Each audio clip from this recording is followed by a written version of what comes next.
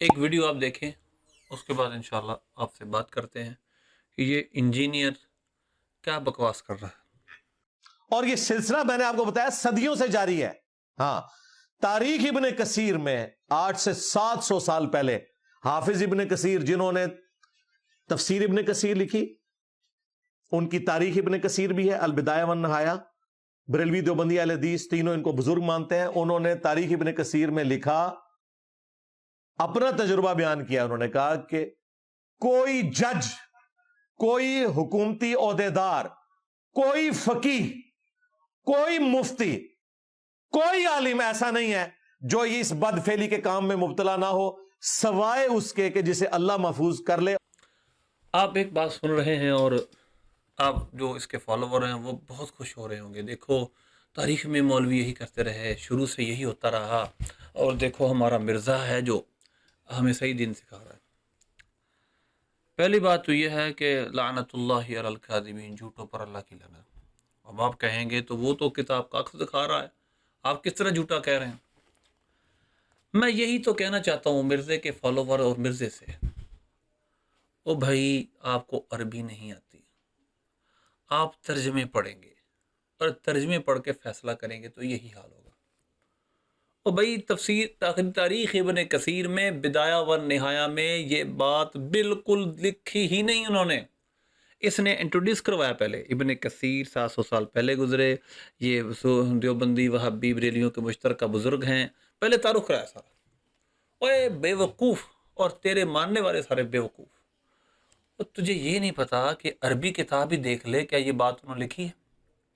ترجمہ ذرا دیکھیں، اور ترجمے میں خود وہ مؤلف کہہ رہا ہے، مؤلف یعنی جس نے ترجمہ کیا ہے، وہ مترجم خود اپنے ایک تجربے کو اپنے حساب سے بیان کر رہا ہے، اور اس نے یہ بھی نہیں کہا کہ فقہا صاحب، اس نے تاجر بھی کہے ہیں اس اپنے زمانے کے لوگ۔ اور یہ کس کو شک ہے کہ اللہ نہ بچائے تو کون بچتا ہے؟ شیطان تو کہتا تھا میں سب کو گمراہ کر دوں گا الا عبادک منہم المخلصین، اللہ جس کو چن لے۔ لیکن ابن کثیر اور اتنے پرانی یہ باتیں نہیں ہیں۔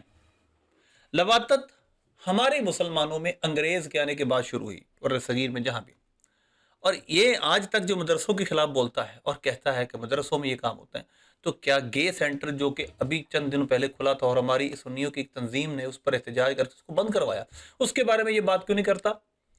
جو کچھ یونیورسٹیوں میں بدکاریاں ہو رہی ہیں، یہ کبھی اس کے خلاف ان کے خلاف بات کیوں نہیں کرتا؟ یہ صرف اور صرف مدرسوں کے خلاف، اور مولوی سے دور رہو، مولوی سے دور رہو۔ کیوں دور ہونے کا کہہ رہا ہے؟ کیونکہ یہ اپنا مسلک بنانا چاہتا ہے، دور کرے گا تو مسلک بنائے گا۔ پہلے کہتا سب کی سنو، اب کہتا مولوی سے دور رہو۔ یہ منافقت ہے۔ اب میں آپ کے سامنے جو میں نے کہا ابن کثیر یہ بات نہیں لکھی، یہ میرے سامنے تاریخ ابن کثیر، اس کی تیسری جلد جو میرے سامنے ہے، اور ترجمے کی 9ویں جلد بن جاتی ہے۔ اس کے اندر 96 سن ہجری ولید بن عبد الملک کے ترجمے میں، یعنی اس کی بائیوگرافی کے اندر انہوں نے جو بات لکھی ہے وہ صرف اتنی ہے کہ ولید بن عبد الملک نے کہا اگر قوم لوط کا ذکر اللہ قرآن میں فرما دیتا، لولا اگر نہ ہوتا کہ ان اللہ ذکر قوم لوط فی القرآن، کہ اللہ نے قوم لوط کا ذکر قرآن میں نہ کیا ہوتا، تو ما ظننت ان احدا یفعل ھذا، کہ میں نہیں گمان کرتا کوئی یہ کام کرتا۔ اب دیکھیے گا، بس اتنی بات ہے۔ انہوں نے کہا ہے کہ لواطت، یہ ولید بن عبد الملک کی بات غلط ہے، جھوٹ ہے، اپنی جگہ، لیکن اتنی بات صرف ہے، ولید بن عبد الملک کا قول ہے کہ اگر اللہ یہ بات قرآن میں ذکر نہ کرتا تو شاید یہ کوئی یہ کام نہ کرتا۔ اب ذرا غور کیجیے گا، یہ تاریخ ابن کثیر بدایہ و نہایہ۔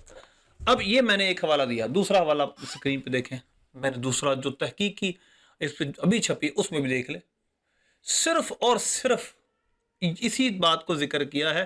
اس کے بعد وکان ولی اللہ حانن، اس کے بعد ولید کی مزید بائیوگرافی شروع کر دی۔ کہیں تاریخ میں، اب یہ پہلی صدی کی بات ہے، تو پہلی صدی سے مسلمان معذ اللہ عبادت کر رہے ہیں، اور معذ اللہ ایسا نہیں ہے۔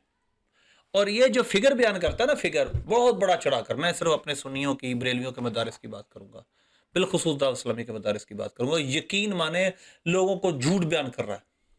اور یار ہر جگہ تھوڑی بہت برائی تو ہوتی ہے، ہم بشر ہیں، ہم انسان ہیں، ہم نبی بھی نہیں بشروں میں بھی، تو جب ہم نبی نہیں ہیں تو ہم غیر معصوم ہوئے نا، تو گناہ تو ممکن ہے، جس کو اللہ بچائے صرف وہی بچ سکتا ہے۔ تو اس میں کیا بات ہے؟